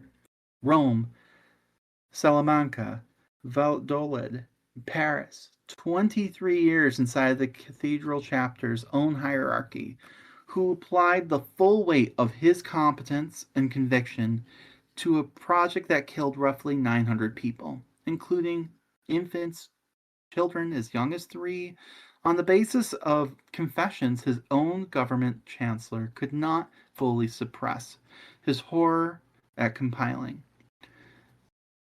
Wurzburg stands in the historiography of European witch craze as one of the starkest available demonstrations that atrocity does not require a villain who knows he is one. It requires, more often, a true believer with the administrative power to act on his belief without check, and a procedural machine, torture, confession, denunciation, confiscation, efficient enough to convert that belief into an ever-expanding catalog of the dead. The numbers themselves remain the plainest statement of what his episcopate produced, at least 157 confirmed executions within the city of Wurzburg, with city estimates still running as high as 219, and a territory-wide toll historians place at roughly 900, a death toll that puts Wurzburg among the small handful of largest witch persecutions anywhere in early modern Europe, comparable in scale to the trials at Trier, Fulda, and the neighboring Bamberg, which unfolded in almost exactly the same years under almost exactly the same conditions of war, confessional anxiety, and unchecked ecclesiastical secular power. Among those numbers, the Prince Bishop's own nephew beheaded and burned, 19 to more than 40 of his own priests, 40 or more theology students, at least 49 children under the age of 12, a university faculty consumed alongside its students, chancellor who could not stop himself from recording name by name exactly who had died, even as he continued outwardly to serve. Today, the Wurzburg trials are commemorated primarily through historical scholarship rather than physical memorial. There is no single monument in the city equivalent to the memorials that mark other sites of early modern persecution, and much of what survives does so through documents like the Chancellor's 1629 letter and the broader archival record rather than through any deliberate act of civic remembrance at the time. What the trials left behind, more durably than any monument, is a case study that historians of the European witch craze return to again and again, precisely because Wurzburg demonstrates with such stark clarity how completely the fusion of unchecked political and spiritual authority in a single office, combined with a self-funding legal mechanism and a war-driven climate of confessional paranoia, could produce a catastrophe of nearly industrial scale. A bureaucracy of death running on its own internal logic that a sincere and pious prince built with his own hands and could not, or would not, stop until war and his own death did it for him. Philip Adolf von Ehrenberg's own family line, the Aaron von Ehrenberg, died out within a generation of his death in 1631. The same family whose 8 children once knelt in a stone on their father's tomb near Heinsheim. The same family whose confessional drift toward Lutheranism a Catholic uncle had spent his childhood correcting. The house that produced him left almost no trace in the historical record beyond its most infamous son. What Philip Adolf built instead, a persecution machine so total it eventually devoured his own nephew, his own priests, his own university, and the orphan children of his own great-uncle's charity, outlasted the family that produced him by nearly 4 centuries, not as a monument anyone chose to erect, but as a warning historians have never stopped needing to repeat. So that's it for this time. Sorry this was a bummer. Normally these are fun, and there's sometimes, Very different from my last time. I know. I was just about to ask, how's this feel since last time? I mean, there were some dark, Very different. There were some dark moments. I mean, we had that whole like holiday because a poet drowned, like, but like for the most part, it's light. We have fun with it. You know, like it's like really hard to laugh at this one. Yeah, for sure. It's like, you know, like this is the heavier season for sure. I feel like season 1, you know, we do Cleopatra and Mark Antony, and there's wild moments. Like there's sad moments. This episode gives me the same energy we were feeling at the season finale, like with all the suicide, and it's like just a bummer. And there's really not much to laugh at, and this is kind of the same energy, and very much so. We're not done yet. Oh no. So there's so many more tales to tell. So thanks for filling in for Courtney today. Yeah, absolutely. Our schedules didn't just quite line up, you know, which happens. But it does happen. You know, but thankfully you were on standby, you know, able to help, and maybe happy to. Next time hopefully it'll be less of a bummer. It's all good. So if you like what you heard today, please give us a positive review on whatever platform you listen to this podcast on. It goes a long way to help us appease the algorithm gods and get this suggested to others just like you. The more we can connect to our fellow history nerds, the more we can build up a community and keep this show going. Also, we have a Patreon where you can hang out with us and get exclusive content, like videos where we might try to make ancient recipes, talk about topics that we couldn't fit into the main arcs of the podcast, and just generally being batshit and dumpster fires, all for the price of a latte per month. Research materials and books cost a lot of money, guys, and it takes a lot of time to create this show. So anything you can do to provide would be a huge help. We can't wait to see you again next time. And as always, thanks for listening. Bye for now. Bye, guys.